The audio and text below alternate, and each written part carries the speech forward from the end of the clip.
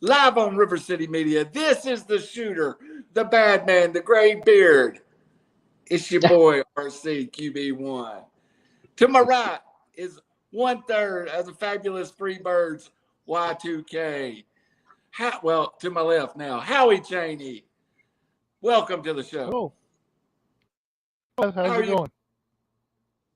I'm fired up. And I'll tell you I'm why I'm anxious to fired see up.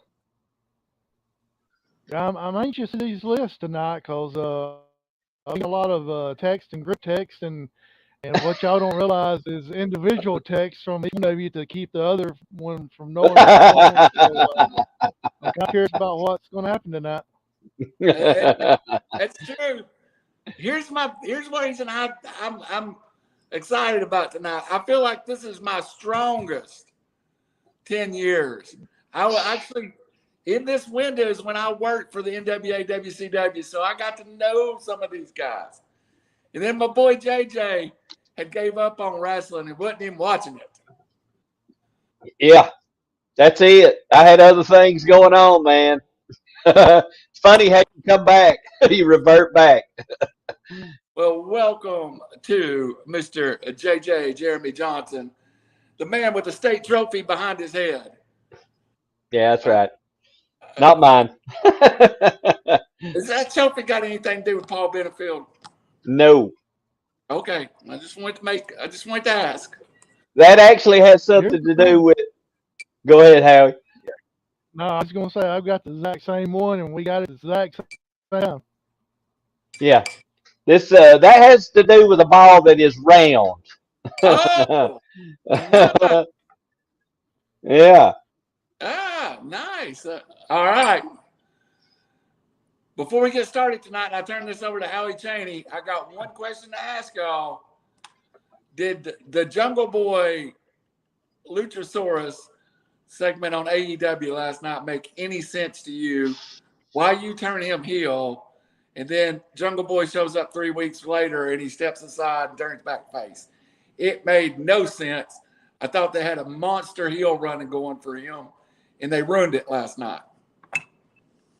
Howie, you want to go You don't first? want to hear.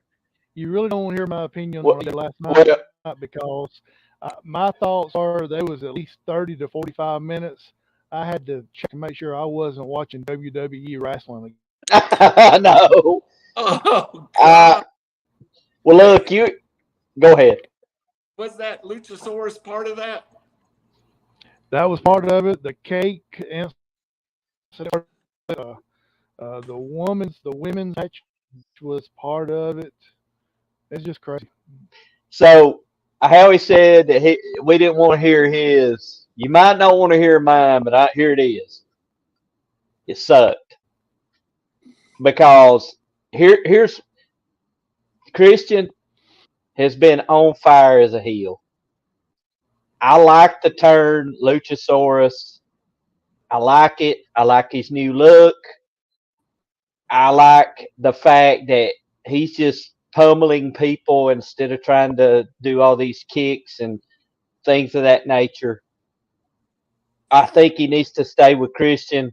I know they're trying to get Jungle Boy over, but he needs to. I think they left it open. The good thing is they did leave it open, even though he walked away with him. We don't know for sure.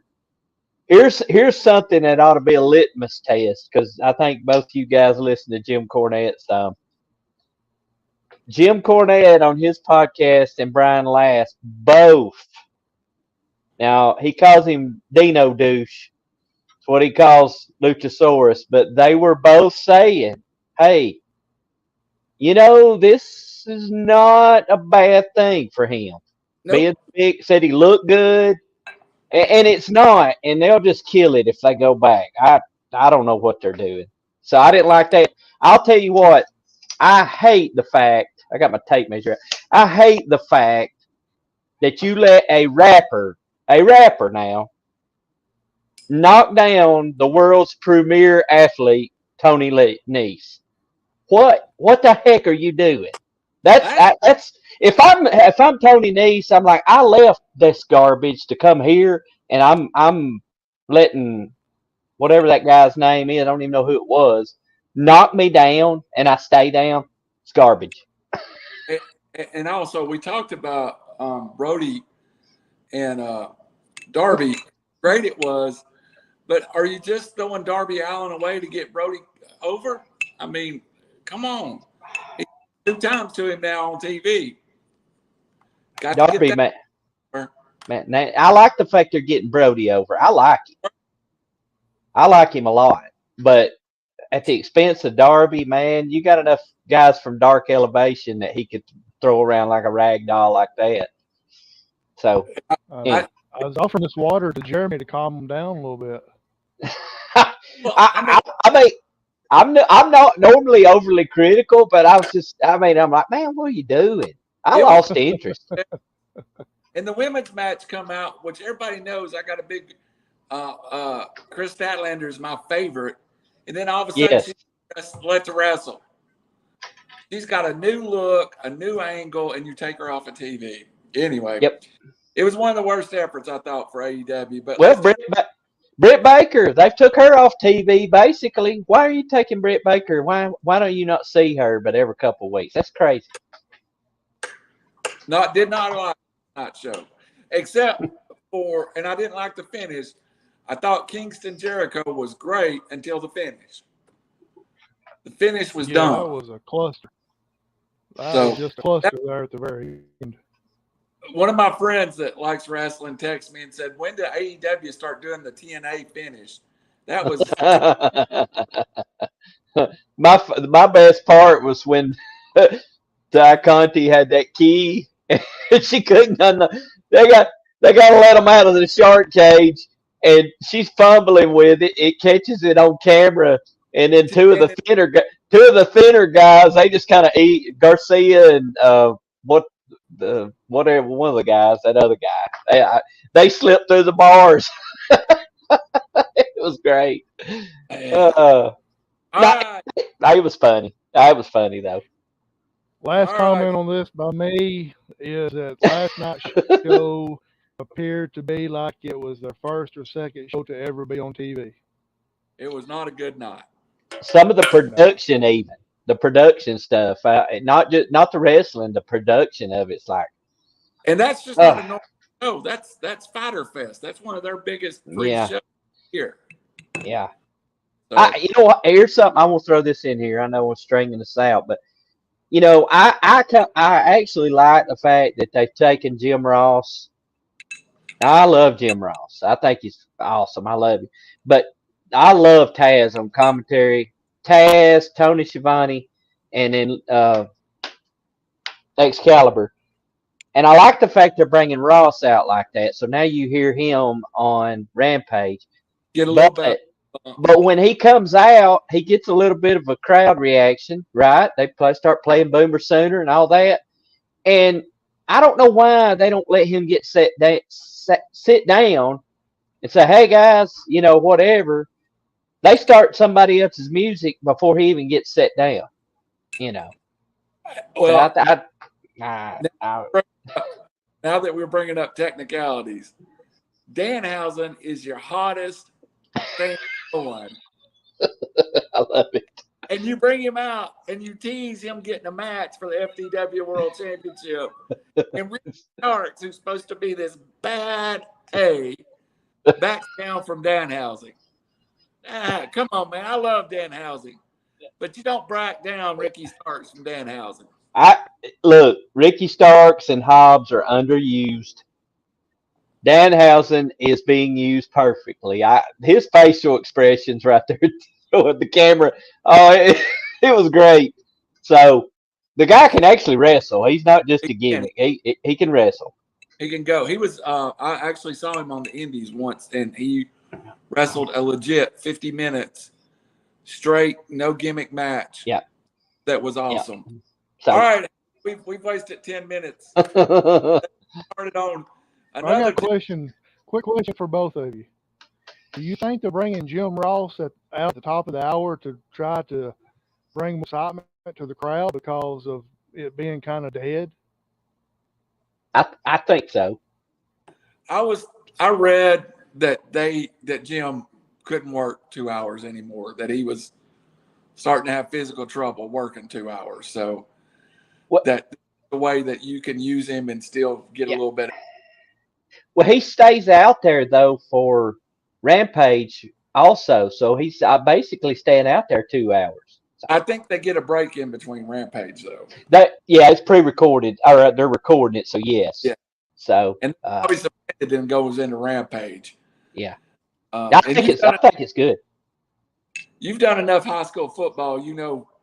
Second half sometimes can drag on a little on you. So, especially when you're calling football at 5. yeah.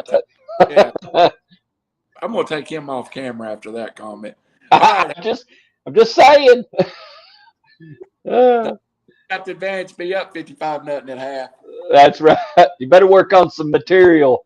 All right, guys, we're here for WCW top 10 tag teams of 20 years that they was in existence. So, last started with Jeremy. We will start with QB1 RC. What is your number tag team? I do not have a tie at number 10. I do have a tie at number 7. So I at number 10, I give you a team that could.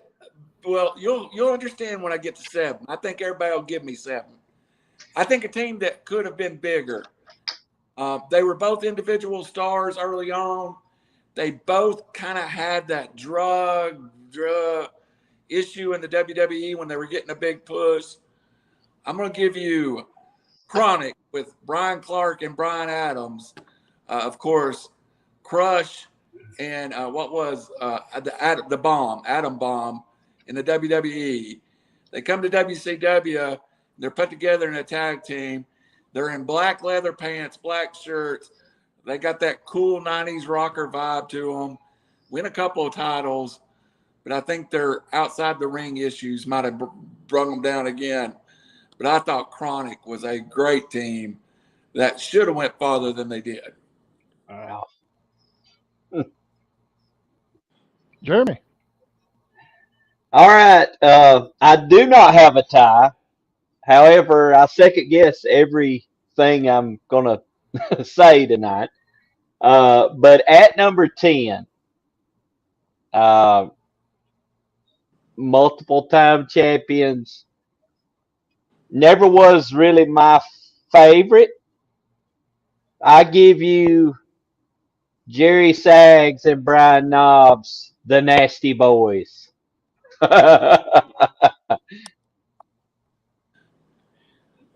Randall's reaction is they're going to be on his up there. That's the 7 he's talking about. So, Jeremy, let's go ahead and do your number 9. Hey, what can I say? What do you got at 9? Oh, What you got? you 9, want me to? Oh, okay. Number 9. Two very well known single stars had a short run. One became probably one of the greatest stars in WWE history. One's career was cut short by injury. I give you stunning Steve Austin, Brian Pillman, the Hollywood Blondes. Great team. You might hear that again in my list, but much higher. Much higher. So, Great guy. They both could work. Hollywood Blondes should have been the team of the 90s. The WCW ought to put a rocket ship on Brian Pillman and Steve Austin and rocket them to the top. And they were there, and it was like they were so over. Man, you know wrestling politics. I believe this. They were so over that the Horsemen got jealous of them. That's what I. Yeah. So here's the other thing. I heard Steve Austin say this, that, that had the whole Stone Cold thing not taken place, and if he and Pillman had stayed together, that he was very confident that they would have been one of the greatest tag teams in the history of wrestling. And I agree with that. I'm very – and Stone Cold loved Brian Pillman. The gold chain he wore around his neck was a gift from Brian Pillman to his death. Awesome. I did. You can look in the the Stone Cold stuff. There's this gold chain. That was the chain that Brian Pillman, he said that when Pillman and him got put together, because this was supposed to be, he was supposed to get, they were going to give him Harley Race, the manager, not Vader, and put the U.S. strap on Steve Austin with Harley Race. He shows up for a TV taping. Pillman walks up to him and goes, "Hey, man, we're a tag team." He goes, "No, I'm getting a U.S. strap with Harley." And he goes, "Not now. Dusty just said we're a tag team." He said initially he was mad, but Pillman come to him and said, "If we're going to be a tag team, let's do it right." They got matching vests, matching necklaces. They looked like a world championship tag team. All right. Number 9, my facial reaction was at number 9, I give you a team I hate. I grudgingly put them on the list. One of my least favorite teams ever. Believe that they got over because Brian Knobbs is Hulk Hogan's brother-in-law. I give you the Nasty Boys, multiple-time world champions, fat, out of shape, Hulk Hogan brother-in-law, loving Nasty Boys. There we go. I got them ranked correctly then. Yes. Wow. Wow. All right. And I didn't know where to put them. They were up and down the list, and there were other versions. But what I finally came down to was who was the most over top of the thrown together tag teams. And I kept coming, there was Wyndham Luger, Sting, Steamboat, Shane Douglas, Steamboat, Barry Windham, and Dustin Rhodes. But I believe if most people in their mind was thinking about a WCW tag team, they'd come up with the Icon Sting and a total package Les Luger. So I'll give you Sting and Luger at number 8. Oh, wow. That's a little surprising because of the careers that both of them had. You'd think a little bit higher, but also Luger and Sting was the best individual workers. They got up with the crowd. Mm-hmm. Yeah. Their work wasn't good. You ever notice they couldn't put the title on them for a long run? But what they could do is bring them in to work with a huge team like Doom or the Road Warriors or the Horsemen. They were so physically imposing, they didn't L in comparisons to some of those monster heels. Even the Skyscrapers, they didn't, you could put them in there and they didn't shrink. You couldn't put Ricky Morton and Robert Gibson in with Mark Callis, The Undertaker, and Dan Spivey, or Mark Callis and Sid Vicious. You just couldn't do it. It didn't physically look.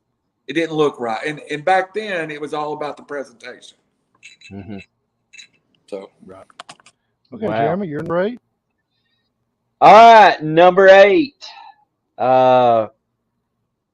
We talked a little bit about one of these gentlemen in our group text, and you could put him on multiple tag teams throughout the years.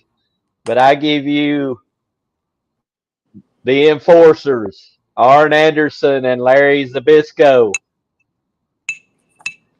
The reason why, well, I don't think I have to explain. Arn Anderson, and that's all you have to say. Later became a part of the Dangerous Alliance. And that was not just a thrown together team. They were together for years.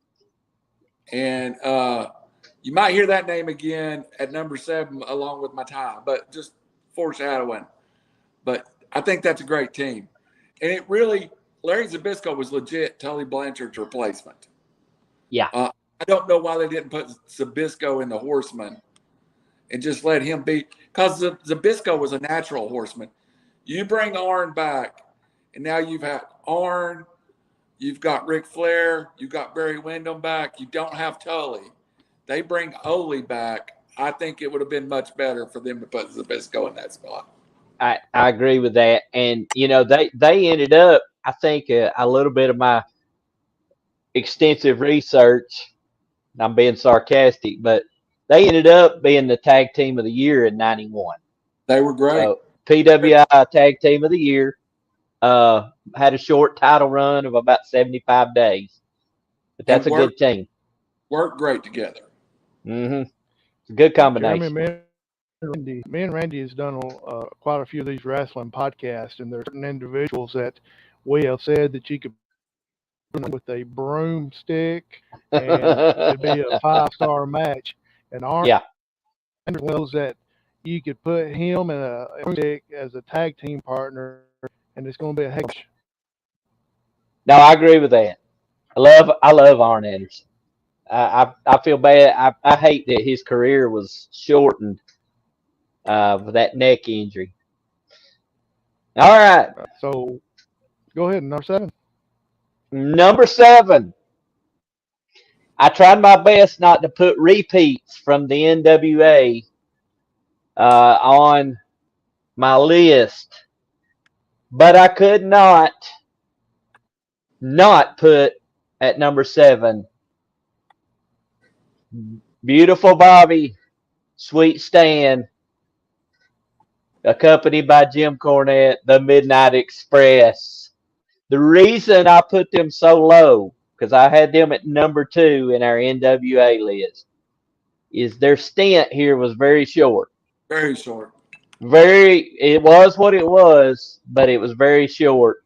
But you can't take that away from that Sweet Stan. They actually feuded with Paulie's version of the Midnight Express for a short period of time.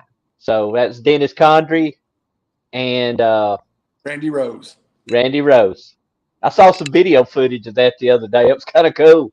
It's awesome. And I won't have them on my list, but let me tell you, and here's why.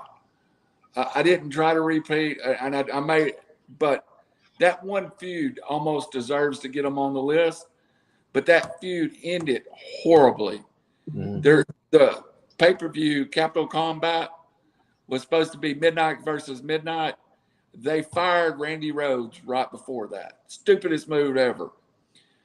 And also, Jim Cornette secretly had already started Smoky Mountain Wrestling, and he was out of the WCW. But if you remember correctly, he did bring the Heavenly Bodies back W for a little while. So the video footage I saw, Cornette got busted open. He's bleeding on his white jacket. It's great. His intro to his podcast, Who Bled a Gusher in a White Suit.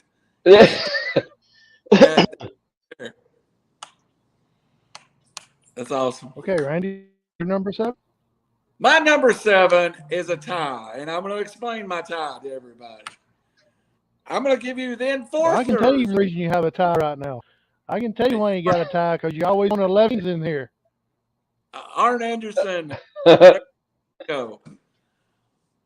But they were in the Dangerous Alliance together. And this was based on the Dangerous Alliance. And after a while, they took Zbyszko and put him back in a singles competition. And while they didn't call them the Enforcers, they moved Bobby Eaton over while in the Dangerous Alliance, and they won the World Tag Team Championship together. So I'm going to give you the Deadly Dangerous Alliance, but I'm going to give you the combination of Arn Anderson, Larry Zbyszko, and Bobby Eaton as a tag team. I'm using the Freebird rule right here. Wow. I'm in. Bobby Eaton, Arn Anderson. I'm in. I'm all in, but it's really I wanted to get Bobby Eaton in, and I didn't want to put the Midnight Express in. All right, number 6.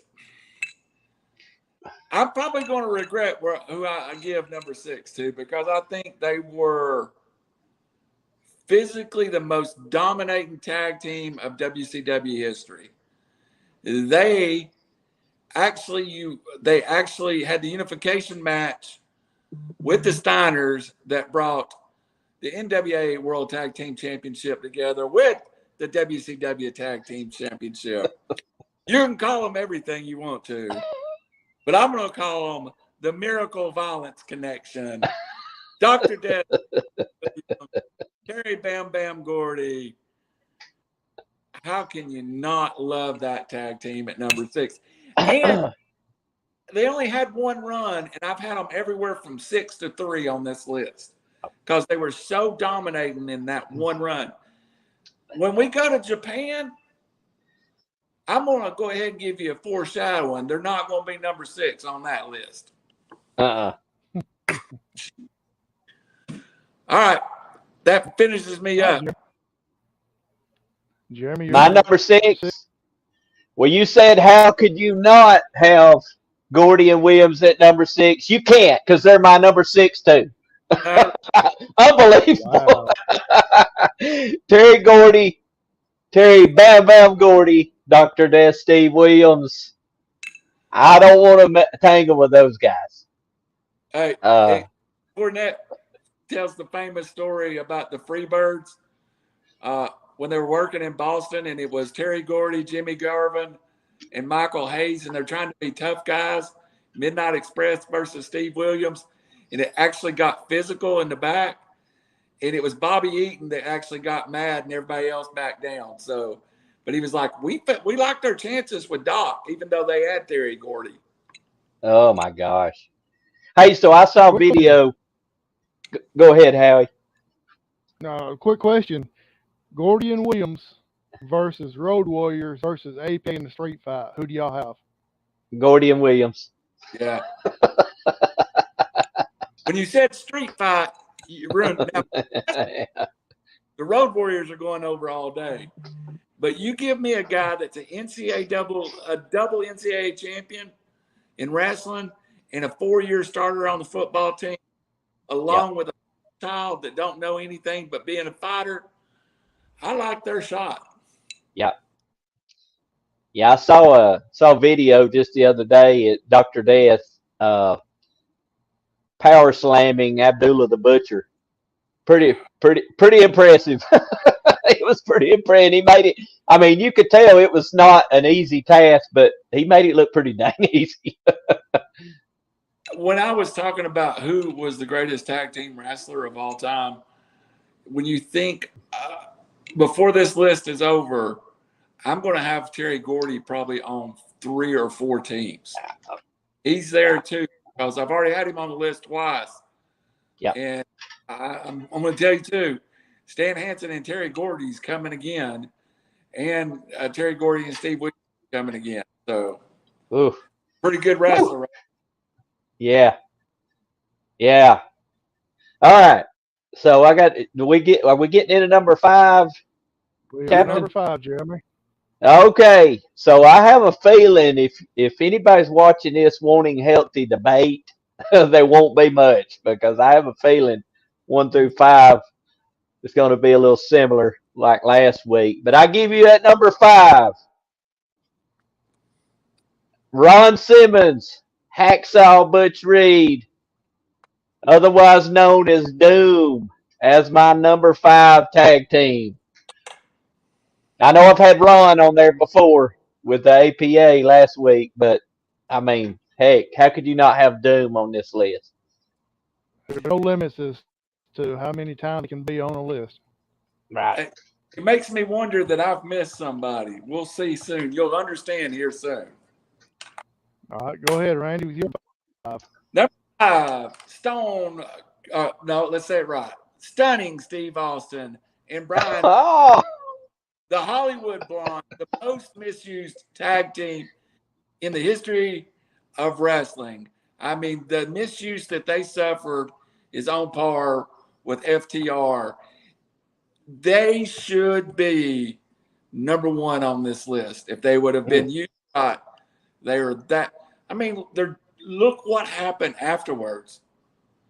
Stone Cold became the biggest draw in professional wrestling history. Brian Pillman became the biggest story in professional wrestling history.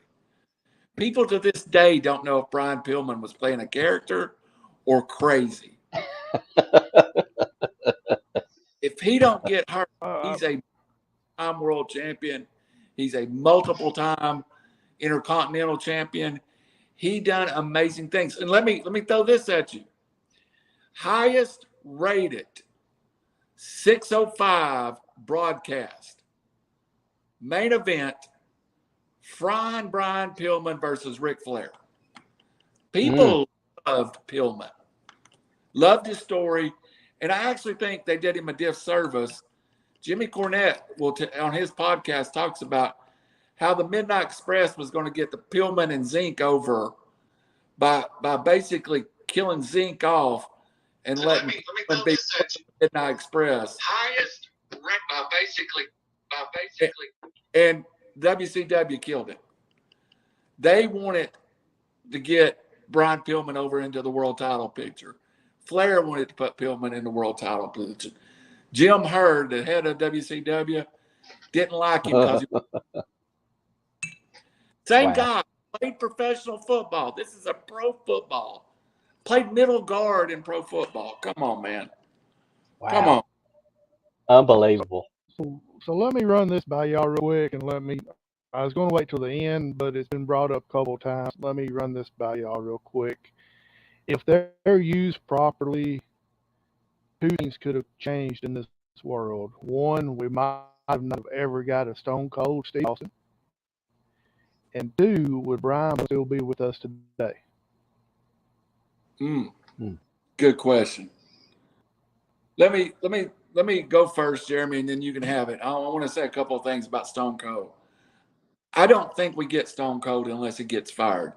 There's a very important thing that happens. Stone Cold rips his shoulder out.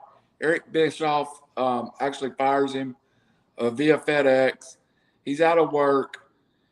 Paul Heyman actually calls him ECW, and he never wrestles in ECW. He's gone too fast. But what Paul Heyman does is teach him how to shoot a promo.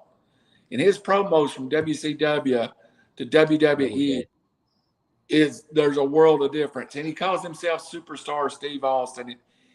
And if you want to, go listen to ECW Stone Cold Steve Austin promos, and I hear the birth of Stone Cold Steve Austin in those promos.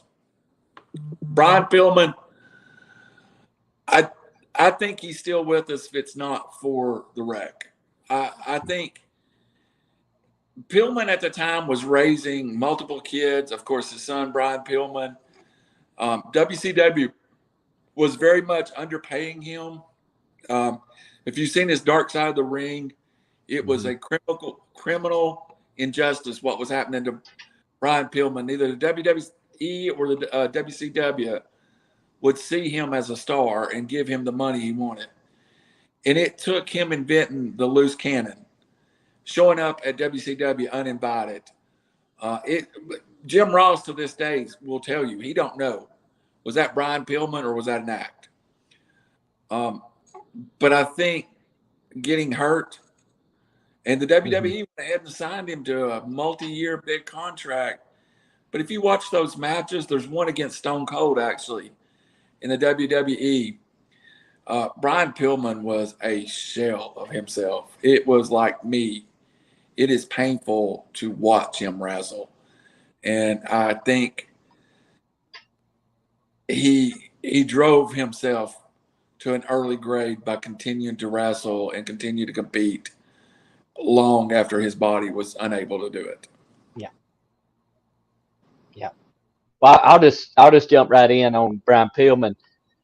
So, I think didn't he have to have his ankle fused? Yeah. So I couldn't imagine how you could move. And again, that's why he was a shell of himself after that accident.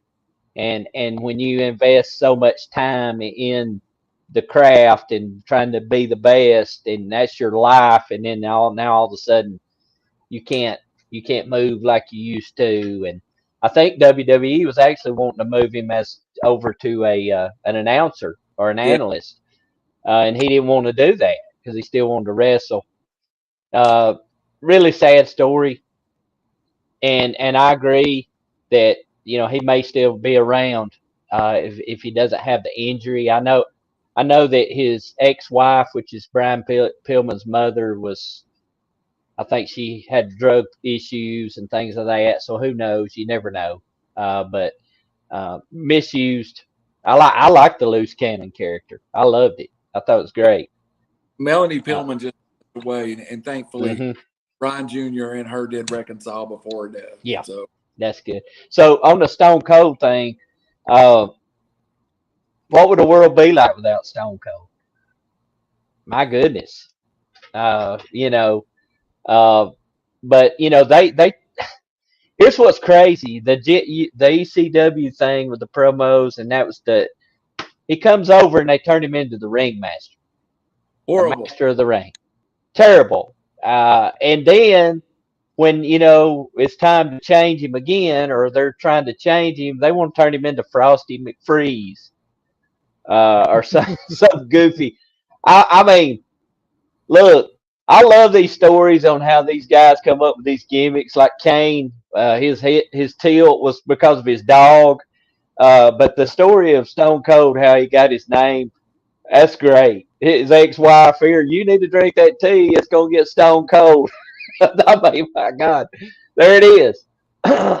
So I'm glad it turned out the way that it did. Now, not that Brian Pillman left early, but I think it worked out pretty good. That part of it's sad. Again, Right. love seeing him healthy and have a full career, and still be living today. See his son wrestle, who I think they could do more with him. To be honest with you, he's a good wrestler. I think that's coming. I do. I think Yeah. there's a new love's cannon being brewed right now. Oh, I how saw great about would that be? that. Didn't mean to put a downer on it by that, but I just want to get out of the way and see y'all stop. So back to the poll, Randy, number 4. Number 4, and he's already said it's already been on his list. Number 4 is his number 5 is my number 4, which makes me question if I miss Butch Reed, too badass. The only man that ever made me run away because he thought I said something that I didn't say. Ron Simmons and Butch Reed, the hacksaw, just and Powered, and we can't even leave this without talking about they had Teddy Long at one point, Mhm. and then Benoit at another point. It was perfect. Nancy Benoit is woman, one of the great stories, characters of WCW, and God rest her soul, gone too soon also. But I give you number 4, Doom. Good deal. All right, OJ, you're number 4. All right. I think I know what Howie's questioning, and I had a late entry here that I said I wouldn't do, but that I'm gonna. I think we'll have a point of disagreement here, but at number 4, and this is not my late entry; it comes higher. But Scott Hall, Kevin Nash, The Outsiders at number 4. And let me say before anybody said, look, we all know what the NWO did for professional wrestling. They're still selling shirts. Heck, I had one on last week. They're still selling shirts. They're still doing all that. The reason I don't have them higher is because even though these guys tag team, that I'm basing it, I kind of moved them into a faction after you add Hulk Hogan, after you add, and that's where the major impact, the tag team of Scott Hall and Kevin Nash as the Outsiders, the entry into WCW, uh, again, changed the business, but as a tag team, I put them at number 4 on my list. I'll reserve comment till later in my list.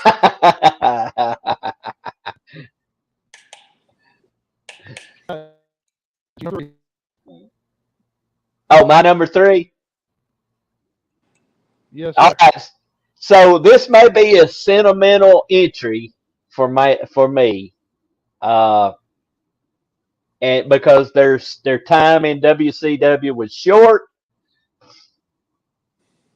but I had to put them in there, and I didn't put them as high as I did on a couple of weeks ago. But I have to give you at number 3, Hawk and Animal, the Road Warriors.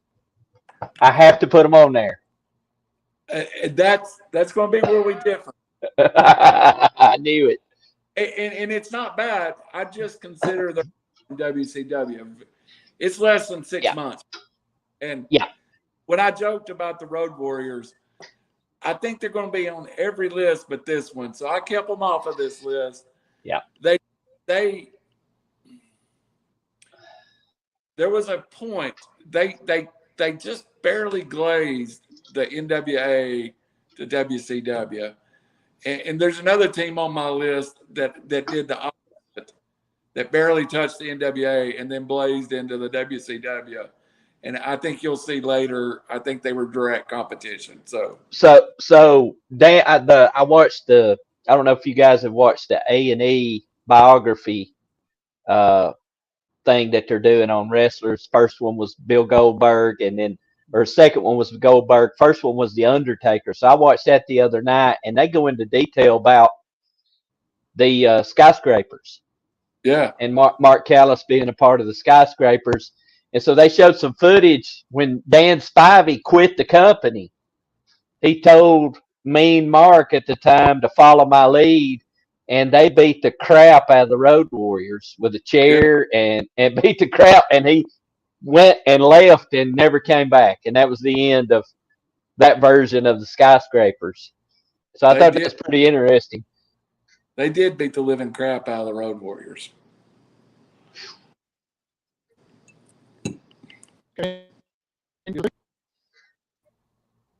Is it me? All right, number 3. Number 3 on my list. And this is where I consider I start splitting hairs. I think any of the next 3 could have been number 1 team. And this was the opposite of the Road Warriors. They came in at the end of the NWA, but really dominated in the WCW. I give you, to me, the most athletic team in this era, Rick and Scott, the Steiner brothers. Wow. I agree. Scott did, Go ahead, Howie. Scott bringing in the Steiner, nobody had ever really saw that before. Right. Especially with a guy that size. That was the thing. They were as big as the Warriors almost, and a lot more athletic. Both of them were legit college All-American wrestlers. Mm-hmm. And again, this is not a true sport. It's sports entertainment or whatever they want to call it. But hey, I'm not fighting Rick and Scott Steiner. I got to meet Rick and Scott back when I met Scott. He was really quiet now. But I'm going to tell you, when Rick Steiner walks in the room and you look around with a bunch of big dudes, you go, well, I'm not going to fight that dude right over there. You look at me. That's the one I'm not fighting. I'll fight you. I ain't fighting him because, 1, he's built like a spark plug, and 2, he's crazy. And that was the impression you got. Yeah. So. Yeah. All right. At number 2, and this one was hard for me. I think they're the 5 years, they were the best tag team in the WCW, but their run became trash. Because unfortunately, their run started at the height of WCW and ended in the death of WCW. And a lot of people don't remember, one of the members of this team got fired. And well, I'll just go ahead and say it. Number 2 is the Outsiders, Scott Hall and Kevin Nash. Scott Hall got fired too, JJ, and disappeared. It was still 2 years on their contract. And I told Howie, my number 11 team that nobody thinks of was the Insiders, which was DDP with Kevin Nash, who they put together as a team for a while just to keep WCW going. Mm-hmm. But I think Scott Hall and Kevin Nash, when they first came in and they won the World Strap and they were the Outsiders, and that's the reason I consider them a tag team. They were in the NWO, but they were always referred to as the Outsiders. Right. And that gave them some legitimacy as a tag team. If it was just based, if this would have been based who had the best run over 3 years or who had the best run, they would be the number 1. But the problem I have is the NWO become trash. Yeah. As much as I love the WCW, when you've got Buff to stuff in the NWO and Conan. besides Sting, at one point in DDP, I think everybody was in the NWO. It just got to be so trash. The NWO should have stayed at Scott Hall, Kevin Nash, six-pack, Hulk Hogan, and you could throw the Giant in as a heater, but that should have been it. 4 or 5 over. Howie, do you want something? Say something. I was part of the NWO for a while. Nobody just knew it. Yeah. I think we all were. I also would like to highlight from 1976 to 1979, starting at center for the University of Tennessee, 6'11" from Michigan, Kevin Nash. Yep. Legit basketball player. Yeah, hey, legit basketball player and legit changed the lives of these wrestlers today. They owe Kevin Nash and Scott Hall big thank you. Ain't nobody got a guaranteed contract before Kevin Nash and Scott Hall. Right. Yeah. All right. So I'm going to set on my number 1. I'll give it over to my tag team partner. I got, the whole time we've been going through the 5 here, I've been flip-flopping these 2. and so at my number 2, again, if you're tuning in for debate, it's not happening. we're almost agreeing here. But I have at number 2, Rick Steiner, Scott Steiner, the Steiner brothers. And I'm like Randall. I wouldn't want, and Randall got to lay eyes on him, but I didn't. But I know enough. I don't want to mess with Rick Steiner. I don't want, I might get in a math competition with Scott Steiner. But, what, Randall? I'll go to spelling bee. I got a 33 and a third chance of being 100% right. I know. Yeah, I got. And before we get off of that subject, before we get to our number 1, I think we see what we talked about in group text. The WCW, their top 5, 6 tag teams could have been 5 or 6 tag teams in the WWF in any era. In the NWA, their top tag teams were great. Down on that bottom side, I had to struggle to come up with 10 that was worthy of my list. So when we finish, if we've got time, I got a few that I would maybe say honorable mention that I want to throw out there. But do I need to go ahead with my number 1, Howie, or do it? Well, I'm thinking that both of y'all got the same number 1s, and Randy just played the mute, so He go ahead and give your number 1. All right. So no suspense here. Probably the most decorated WCW tag team. Stevie Ray, Booker T, otherwise known as the Harlem Heat, was one of my favorites, by the way. Loved it. See the Love pro it. T called Hulk Hogan the N word.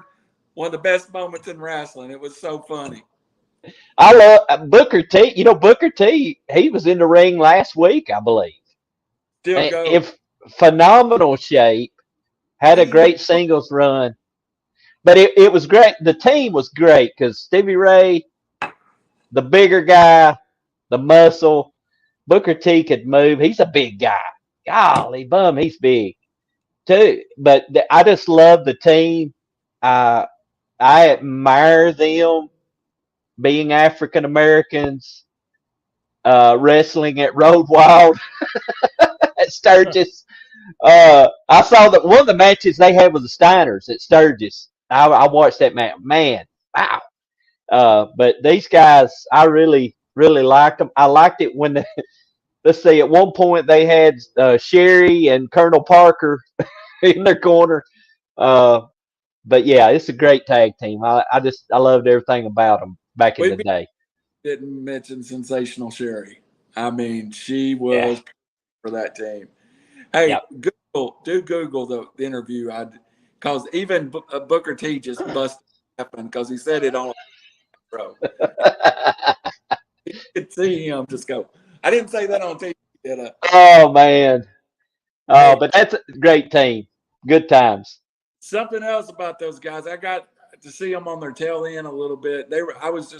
I visited once or twice my friend Todd still worked for the WCW, and just great guys too. I mean, they were at the time they were just Texas boys. That's all they are. Is just and Booker T still on his podcast. I love his opinion. He has a different look. He has Booker T's School of Wrestling. Stevie Ray has talked about it. He was just done. He was just done with. They tried to revive Harlem Heat with Ahmed Johnson and Stevie Ray when Booker T had moved on, and you could just tell that Stevie Ray's heart never was in it. Yeah. And he's a little bit older than Booker T, but if there's a kid listening, remind you that Booker T spent a large portion of his youth in prison. Yep. And got out of prison and done something phenomenal with his life. There's no excuse because nobody grew up worse than Booker T did, and God bless him. And I know some people might have hated it, but I absolutely loved. I mean, y'all know how much WWTV that just makes me sick. King Booker may be my favorite angle ever in the WWE. Just King Booker. I loved it. Love it. Yeah, and then you pair him with his wife, Randy, go ahead and make it Charmel. official. Tell us your King Booker. Booker. That was a great list. That one was Randy, really go close. ahead and make it official. Yeah, you got to make it official, Randy. What's that? You're number one. You got to make it official. official. My number is Randy and Bill, the Mulkey brothers. Of course, it is Harlem Heat. Harlem. Hey, and guys, Harlem Heat went a decade. Yep. I mean, and did you ever see the first gimmick was so horrible that WCW had? I don't even know if you can find it, but basically they had Stevie Ray and Booker T wrapped in chains, dragging out with Colonel Rob Parker or something stupid, and you're just like, nobody's going to watch that and not just feel just bad. So the Harlem Heat really fit them, that you always thought the one thing I don't think Harlem Heat got credit for is how eloquent they spoke and how Booker T could really, really sell a promo.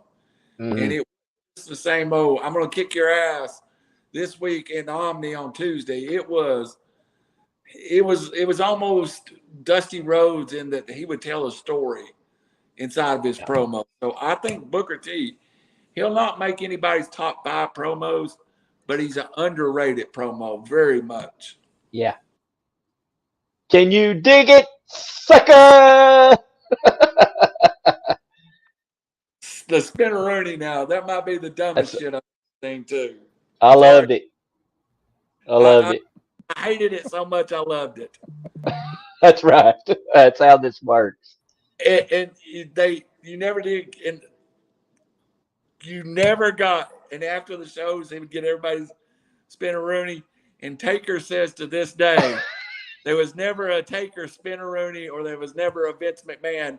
No, there was a Vince McMahon spinneroonie, but there never was an Undertaker spinneroonie, which, Yeah. to his credit, the Taker never did do the spinneroonie. The Taker-Rooney. Yeah, the Taker-Rooney. All right. Howie, Okay, where guys, we going? Jeremy mentioned something about it. Yeah, Jeremy. And they get done. Randy, you can go. Yeah, you're breaking up, Howie. You want us to run through our honorable mentions, right? Go ahead, Yeah. Jeremy. All right. So, yeah, I mean, a couple of these, and you mentioned a few, and I was like, oh, wow, I forgot about these guys. So we talked about the skyscrapers. Uh-oh, did we lose Howie? We did. Uh-oh. We'll wait on it.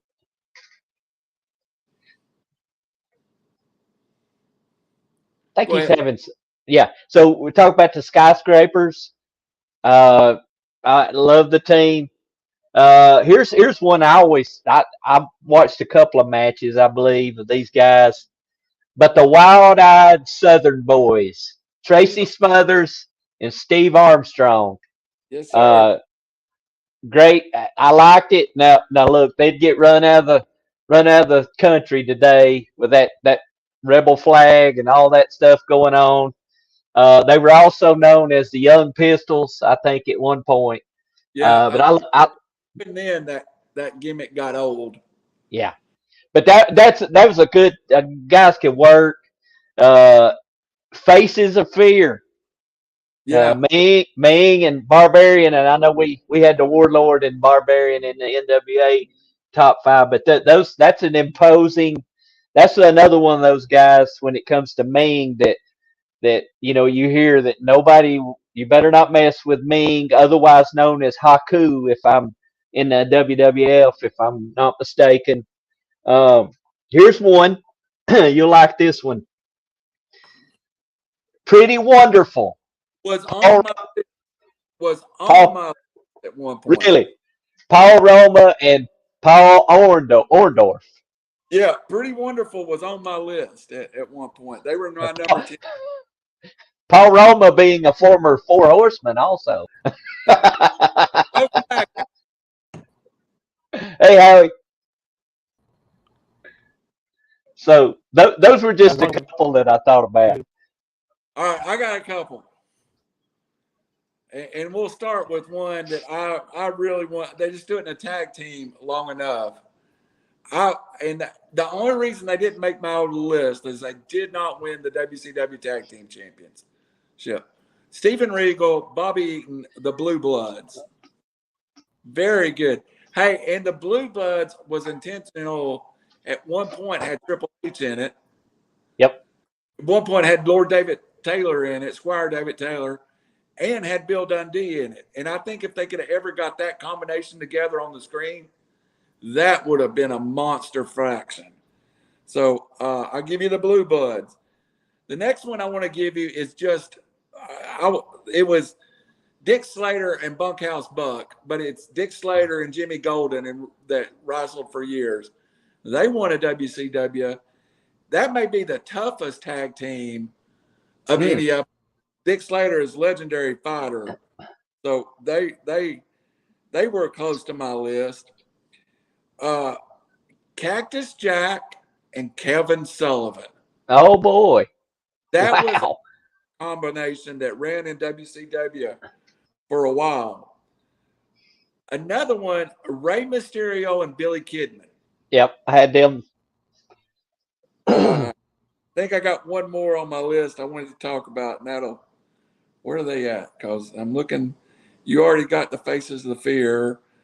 Where did I have them? Oh, Ricky Steamboat and Shane Douglas, Shane former world Douglas. champions, and we lost Howie again. Yeah, we lost him. I think he's And got some. There he is. Hey, there he is. Look, look at him. Can you Howie. hear? Howie's looking like $1,000,000 now. You're on mute. Can you hear us now? He looks Technical. He looked great. Technical difficulties. a technical difficulty. Hey, that's He- whatever he did and cleaned up it a lot. So Howie's doing run-ins on us. He's doing a run-in. yeah. So Double J, before you get off here, maybe we get Howie back. You all, and I think Howie, can you hear us? Yes, I can now. There he is. I don't know what you did to your camera, but it's 100 times better. I had to leave the computer and go to the phone. Okay, well the phone looks better and sounds worse. So maybe you need to video on the phone and use the computer for say anyway, just joking.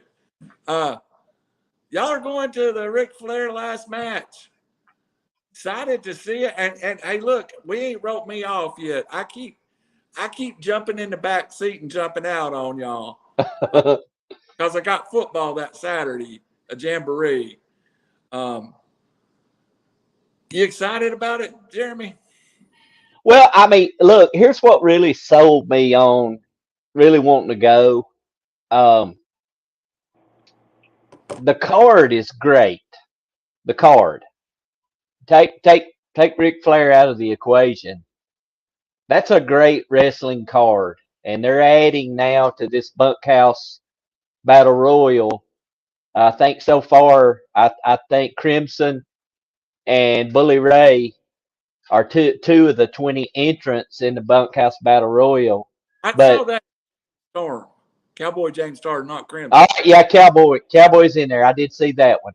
So I mean, when I started seeing the card, I wrote it off. I'm like, I might get it on Fight or something like that and watch it. But then I'm like, man, this is a dang good card. I mean, it's got a little bit of everything, and I like. Look, when they came out, and I don't know if you guys watched the full video, the second episode of this little video lead up to this match. They put an angle together with no TV or anything. This is how they set this up on the podcast, and then this video package. But look, I like it. Jay Lethal, Jeff Jarrett, Ric Flair, and his son-in-law Andrade. I like it. I see people on social media crapping on it. He's gonna die, and hey, look, he's been training hard. He's been training hard. Hard Knock South, they had the guy on the video that he's been training, and he said, "Look, when we train people here, you got to want to be here." And he's been able to. He's training hard. It's a tag team match. He's not going to have to carry the whole load. So I'm looking forward to the match. Look, and I told Howie, I think I said this on the text. Look, if they don't get into a woo off, him and Lethal, I'm gonna be sad. I'm gonna be extremely disappointed because for me, that TNA little window with him and Jay Lethal, that's one of my favorite things ever that I've seen in wrestling. I just loved it. I thought it was To me, awesome. Howie, what fired up to see? Looking forward to seeing it. Just being able to say I was at Ric Flair's last match, basically. Yep. I've seen Flair in the past at different locations, and it's been great. But to be able to say that you were there for his supposedly last match that we had talked about, never say never in wrestling.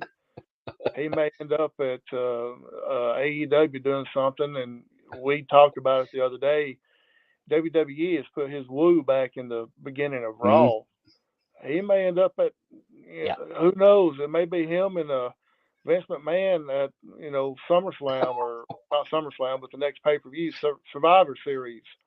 Yeah. You never know in wrestling, but to be able to say that at this moment I'll be at his last match, that's what I'm looking forward to seeing. And being able to see the Briscoes in person as Yeah. well, because you don't know if they're ever going to be able to, you'll ever be able to see them in person around here anywhere.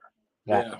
So Howie, I did see this. I didn't mean to jump in, but I did see this that ROH, which we know is owned by Tony Khan, they did sign the Briscoes to a long-term contract. So I am hoping at some point we can see the Briscoes on the AEW TV. They showed their pictures last night, and that And kind of built it up for me. I will tell you, and I'm early on everybody, but Mark and Jay, man, they're not early. If you ain't seen Mark and Jay, and they're still young, they're in their early 30s still. yeah, Been wrestling for 15, 16 years, chicken farmers. Mark and Jay will be in my top 5 whenever we do the US Independent. And as an independent wrestling tag team, and it matters where I land on what's independent and how much I let the AWA creep into it, they have a shot to be number 1. They're 13 times or 12 times Ring of Honor world champion. And in indie wrestling, Ring of Honor was the very top level of it. If you were Ring of Honor champion, that's where Daniel Bryan and CM Punk, and we could go through the list. Adam Cole. That's where all those guys come from. I'm really wondering, because the ROH pay-per-view is what, Saturday night, and so they're wrestling FTR. The Briscoes are. I can't see them losing to FTR. I know FTR is hot, but I see them getting those titles and them coming into the card next week carrying those ROH tag team belts. That's what I. Unfortunately, I think the world's not seen the best Briscoe. And the best Briscoe is Mark and Jay as a full-blown heel. And I think if they turned FTR, did something dirty, and then you go to not Nashville and screw the Von Erichs, boy. Yeah, so I'm looking forward to that. Hey, I like the Knockouts title match. Jordan Grace, Deonna Purrazzo, and then Rachel Ellering. I think that's going to be pretty good. And that Impact World Championship match, Josh Alexander is long to be the best non-signed WWE, AEW best talent. And they even mentioned him on AEW a few times when he's a free agent, especially him and Adam Page. Ethan Page was in a tag team, the North, and dominated TNA Wrestling. And when Ethan Page signed at AEW, Brandy Rhodes, of all people, told him that, they couldn't get Josh Alexander, so they took his partner. So Josh Alexander is and Joseph Fatu is the cousin of The Rock and Roman Reigns and Jimmy and Jay Uso. He is the son of, I believe it's Samu from the Samoan SWAT team. It's not it's not Rikishi but it's one of the cousins' brothers. So he's in the same bloodline as The Rock and Roman Reigns and all those guys. So I've talked too much now. Howie Chain, I like the fact that Tony Khan, and I think he's trying to bring ROH into Rampage and kind of making ROH the Rampage on Friday nights, because if you watch it, which I know both of you do, 30 to 45 minutes of it is ROH talent wrestling. Yeah, I think you make a good point that he's left some of the better wrestlers, but some of the better wrestlers are even though they're appearing in AEW, I feel like the ROH they're making it so it's ROH talent appearing Yep. in AEW. Josh Grissom, Samoa Joe. I feel like they've clearly dressed him as an ROH wrestler. I still feel like Jay Lethal is an ROH wrestler. Mm-hmm. Um, I want to see more Jay Lethal. He's a great wrestler. I want to see him wrestle. it's a shame Jay Lethal wasn't 2 inches taller.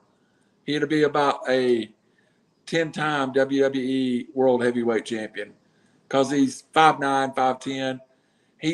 But he holds up. I mean, you look at him in camera, and he's a bad man. Of course, they stand him next to whatever. Satnam. Yes. Yeah, Yeah. the difference between them, you think the dude is standing on a step ladder or something as so much taller than the other guys. So I Lethal, and of course everybody knows him from his Macho Man impressions and his Ric Flair impressions, and again, I love it. But if you just listen to his promos, the ones that I've seen on AEW TV, the other night when he ran and grabbed Jim Ross' headset and was holding it. And I've heard some people criticizing that. Well, he didn't know, Cornette didn't know how to hold the headset mic because you got to use it. That's the whole idea. He just grabbed the mic. And so he's a good promo, man. The guy can talk.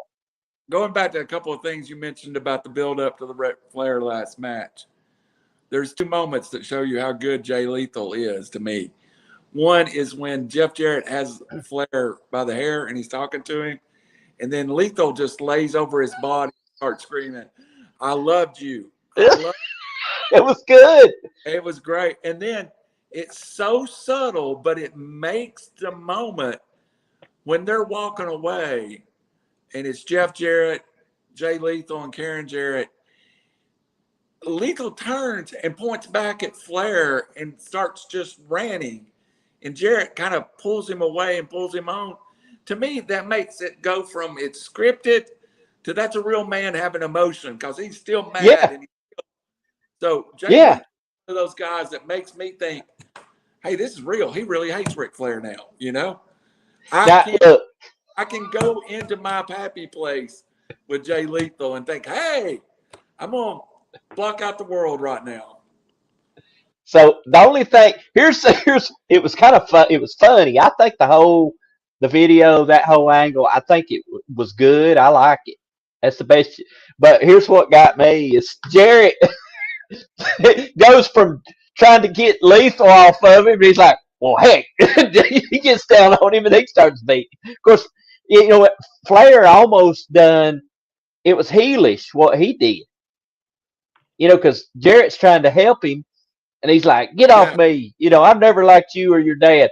I mean, that to me, that's a heel thing. Yeah. That doesn't make me like Flair really in that. I'm like, hey, dude, he's trying to help you out. So I don't know. I thought it was great though. I mean, considering they don't have TV, you don't have the ability like a wrestling company to build angle. I thought it was great. A Jarrett in Nashville. There's something special about that. All right, Howie, you got your decision. Do we go U.S.? Do we go Japan? Do we go international? Don't call it Japan. Where would you like us to go next? Well, to finish up on the WCW today, as bad as WCW was and everything, we have to thank them because they changed the wrestling business because of the fact of the NWO. That started a huge faction. They let Stone Cold Steve Austin walk. They let Triple H walk. They let The Undertaker walk. They let all these guys go to WWE. And look at what they done when they got to the WWE. Yeah. Beat their butts.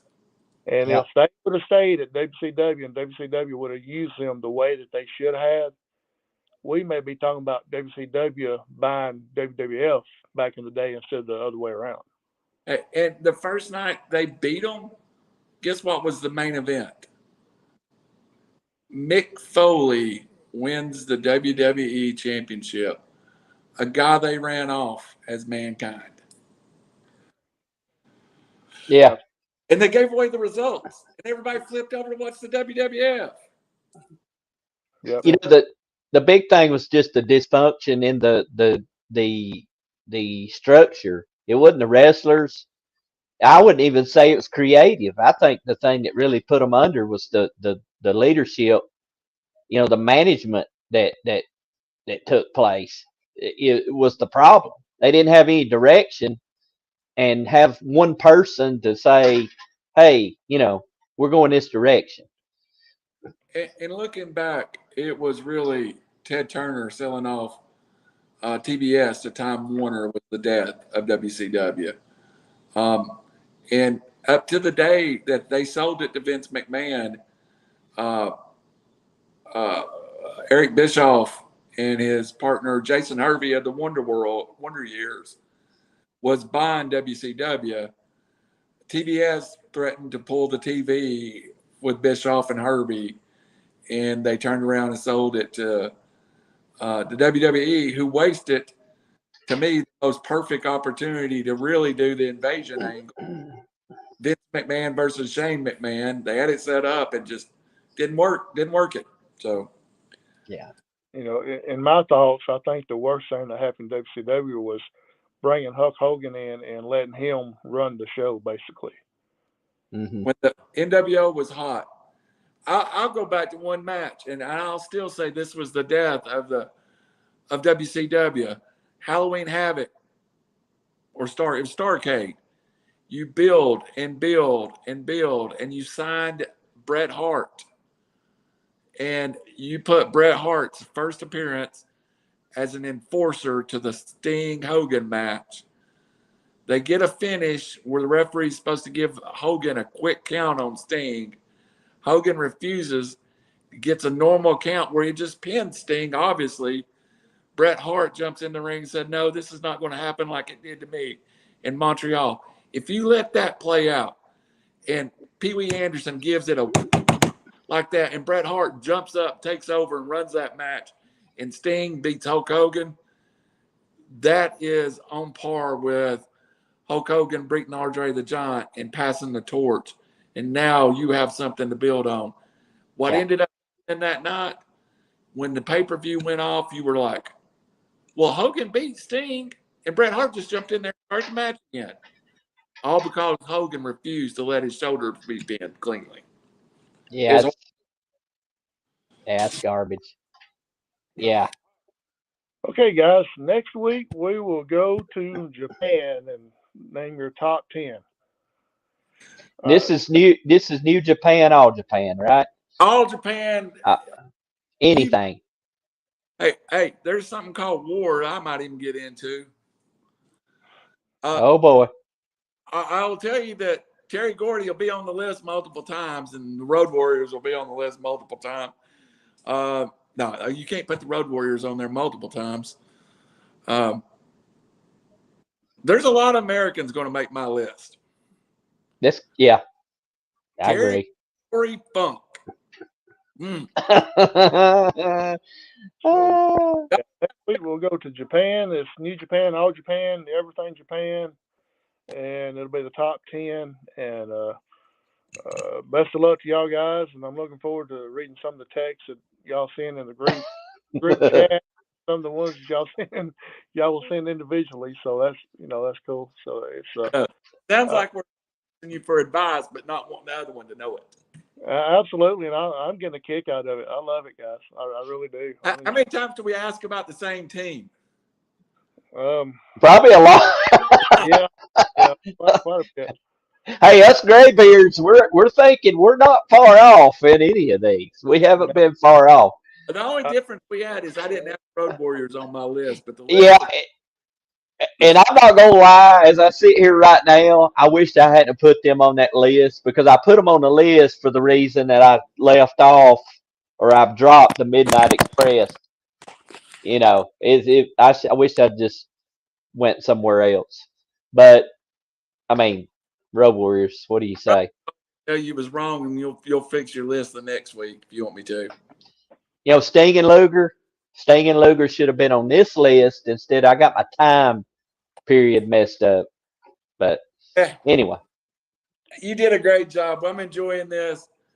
Hey, are we going to do, after we get finished with tag teams, are we going to go individual or are we going to go factions? I say we do factions, but I Harry, think you're the boss. too. No, Let that's fine with me. But we still got several more tag teams to do. So Oh, I know. I just want to, this gives me some direction so that I know where we're going. Randall's doing extensive research, hours upon hours. I don't know how much time I spend on the toilet, but it's increased since we started this project because that's where I do all my reading. Well, hey, at least you're regular too. So I'm. Not a thing wrong in this old boy. it's the factions is going to be great to see where y'all list 2 through 10 because I'm pretty sure one is going to be the same for both of you. But 2 through 10 should be interesting. It will, and I will say this. I think I know who number 1 is, but I'm going to let it play out in my head because there is a couple, and one of them from Japan. I think rivals. I really do. I think I'll say that the New World Order, the Bullet Club, and the Horsemen in my head are right there together. Bullet Club. And Bullet Club, the version that everybody's seen the last 2 or 3 years. I'm talking about Bullet Club with Finn Balor and AJ Styles. Mm-hmm. That was pretty sweet. Also, last words tonight. Boys, we've done 80,000 views between these shows and our news letter. And I just want to, I don't guess it's 80,000 views. Let's call it 80,000 reads between the newsletter and stuff. I just want to thank everybody. We do this show.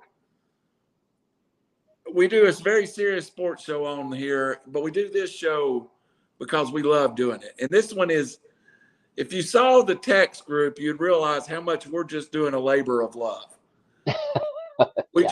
We're doing this. And when I go back and look at this show every week, I always feel like if you love wrestling, this has got to be one of your favorite podcasts. So if you love wrestling, thank you for joining us. I had comments coming in before the show was even posted about who the best tag team is. And that shows you. Oh, People sweet. And care and stuff. So if you give us 5 minutes of your time, and we've had as many as 10 people on here not live, you give us 5 minutes of your time, 1 minute, 2 minutes. Thank you. I mean, that's your time.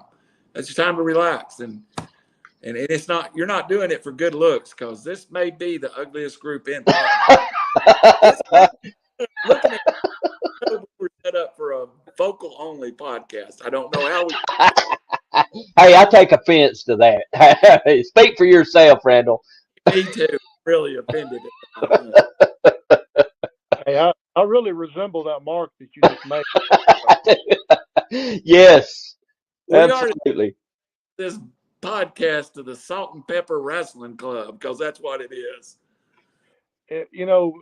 Real quick to let the viewers know, and y'all may be thinking that we're just joking about all these texts and stuff. I literally left my phone on the desk today in my office, walked out, did some stuff.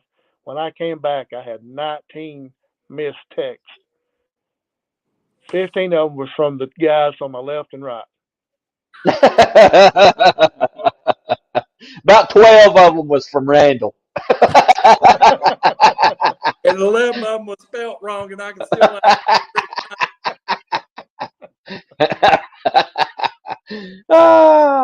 For the superstar, the QB1, for Howie Cheney on the top of Sand Mountain, and for the football stud, the 5 Red Devil, Double J. I don't know where the Blue Devil from. That's Etowah. Red Devil, Double J. We are off the record, and come see us next week, and we'll have a heck of a debate next week. This is Randall. Good night. God bless.